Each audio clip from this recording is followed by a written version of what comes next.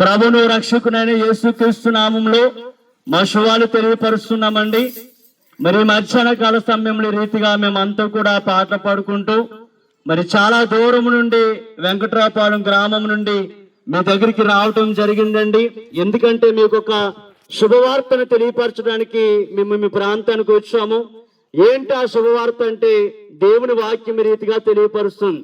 ప్రయాసపడి భారము మోసుకొనుచున్న సమస్త జనులారా నా యొద్దకు రండి, నేను మీకు విశ్రాంతినిస్తాను అని చెప్పి యేసుక్రీస్తు ప్రభువారు ఆహ్వానిస్తున్నారు. నిజమే కదండి. ప్రతి మనిషి కూడా ప్రతి నిత్యము మన అనుదిన జీవితంలో ఎన్నో ప్రయాసలు పడుతూ ఉంటాం.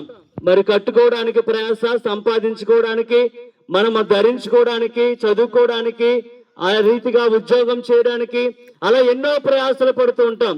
వీటితో పాటుగా ముఖ్యంగా మనం అందరం కూడా మనము చేసే నిత్యము పాపమును బట్టి చేతి ద్వారానో, నోటి ద్వారానో, కళ్ళ ద్వారానో చేసిన పాపమును బట్టి ఆ పాపమును పోగొట్టుకోవడానికి మనం ఎన్నో ప్రయత్నాలు చేస్తూ ఉంటాం. ఎన్నో పూజలు, పునస్కారములు, యాగములు మనము చేస్తూ ఉంటాం.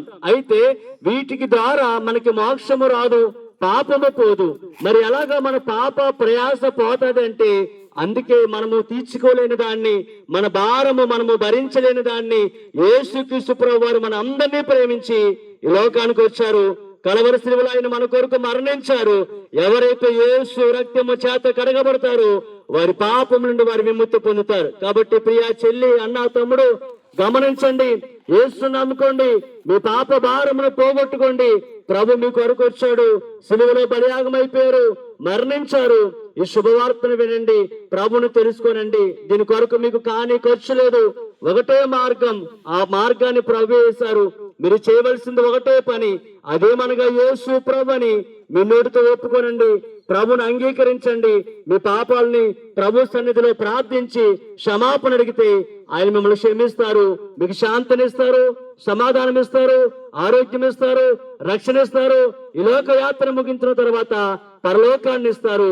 ఆ భాగ్యాన్ని మేము అందరం పొందుకున్నాం. ఈ శుభవార్తను మీ అందరికీ తెలియపరుస్తున్నాము. రండి, యేసును నమ్మండి, రక్షణ పొందండి, మోక్షాన్ని స్వతంత్రించుకోరండి. అటు భాగ్యాన్ని దేవుడు మీ అందరికీ అనుగ్రహింప చేయునుగాక. ఆమేన్. ఇంకా మీరు అనేక విషయములు తెలుసుకోవాలని ఆశపడినట్లయితే మా యొక్క సహోదరులు మీ దగ్గరకు వస్తున్నారు, పత్రికలు ఇస్తున్నారు, తీసుకుని చదవండి. ఇంకా మీరు అనేక విషయాలు తెలుసుకోవాలనుకుంటే చర్చెస్ కి వెళ్ళండి, దైవజనులను సంప్రదించండి. దేవుడు మిమ్మల్ని అందరినీ దీవించునుగాక. ప్రియ తండ్రి, నీకు వందనాలు. లంకపల్లి గ్రామానికి అప్పగిస్తున్నాం. గ్రామాన్ని, గ్రామ ప్రజల కృపతో జ్ఞాపకం చేసుకునండి. వారి పాడి పంటలు వదిలింప చేయండి. అయ్యా, ఈ గ్రామస్తులకు ఏది కావాలో తగిన ఆహారమును, నీటిని, వసతులను, అయా నివాస గృహములను నువ్వు అనుగ్రహింప చేయమని ప్రార్థన చేస్తున్నాం. ముఖ్యంగా ఈ గ్రామం అంతా యేసే క్రీస్తుని రక్షకుడని ఒప్పుకోవడానికి కృప చూపించండి. ప్రతి మోకాలు యేసు నామమును వంగినట్లు, ప్రతి నాలుక యేసే క్రీస్తుని ఒప్పుకునేటట్లు నీ కార్యములు జరిగించమని యేసు నామములో ప్రార్థిస్తున్నాం తండ్రి. ఆమేన్.